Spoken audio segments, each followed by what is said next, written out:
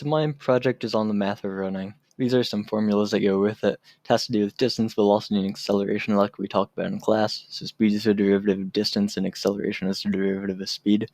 Speed in running is also known as stride length times stride cadence, stride length being the distance with each step, and stride cadence being the rate of stepping. So when you multiply them together, you get the speed as shown. Now here I have some differences of the statistics of stride length and cadence between professional sprinters and distance runners. Stride length goes from about 2.8 meters sprinting to 2 meters distance running, and it also has to do with horizontal force created, which is about twice the average person for professional. Stride cadence is about 3 steps a minute for distance running and 4 for sprinting. This also shows that legs are off the ground for the same time, but on the ground for longer than normal runners and professionals, which I thought was interesting because they can generate more power in less time. Now this has to do with weight. The first two equations aren't specific to running, but a pound is about 3,500 calories, and BMI is calculated approximately as shown. The calories burned while running is given by this equation, so the factors are age, weight, heart rate, and time, which is approximately 600 calories an hour for an average person running. The optimal racing weight in pounds should also be about twice as high as you are in inches. Now for running form, the foot should hit the ground at the midfoot or front to push forwards instead of backwards with the heel, which would increase injury. Dorsiflexion is the force of the ankle when running and should be at least 15 inches.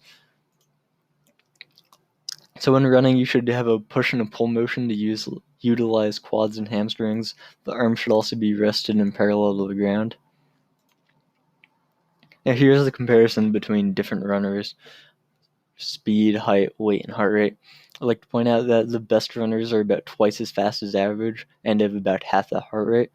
So the fastest distance runner is actually less heavy than the average person. Now for the best race strategy. For races under 291 meters, you can just fully accelerate and keep the speed, at least for a professional. After that, you basically just speed up, go to a pace that you can hold for the full time until you speed down at the end if you're a robot and can actually literally push yourself 100%.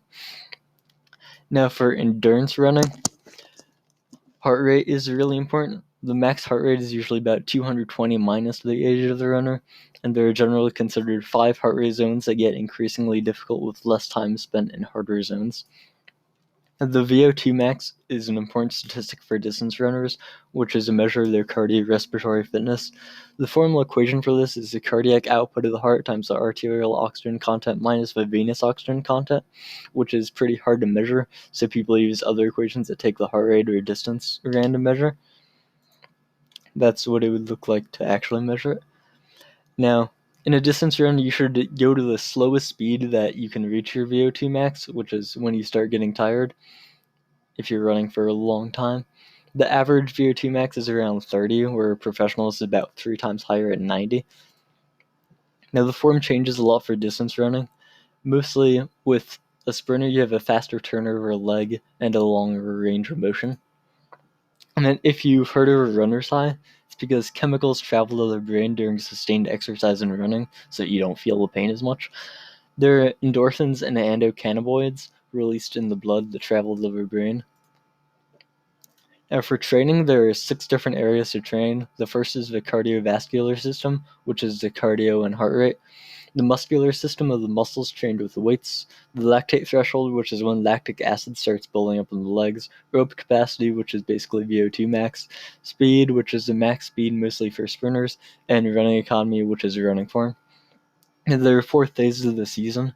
First, you should do slow runs to get into running without getting injured. Then faster running.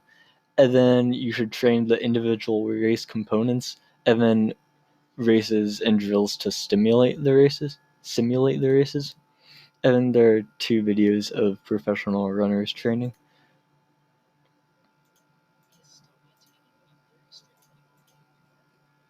And then for records, I have the records for sprinting, mid-distance, and long distance. I'd like to point out that 2 of the 26 races were done not between July and October. Most of them were. And then the half marathon time for both the girls and boys was at a faster race than the record 10-mile time, which was shorter. So that was my project. Thanks for watching.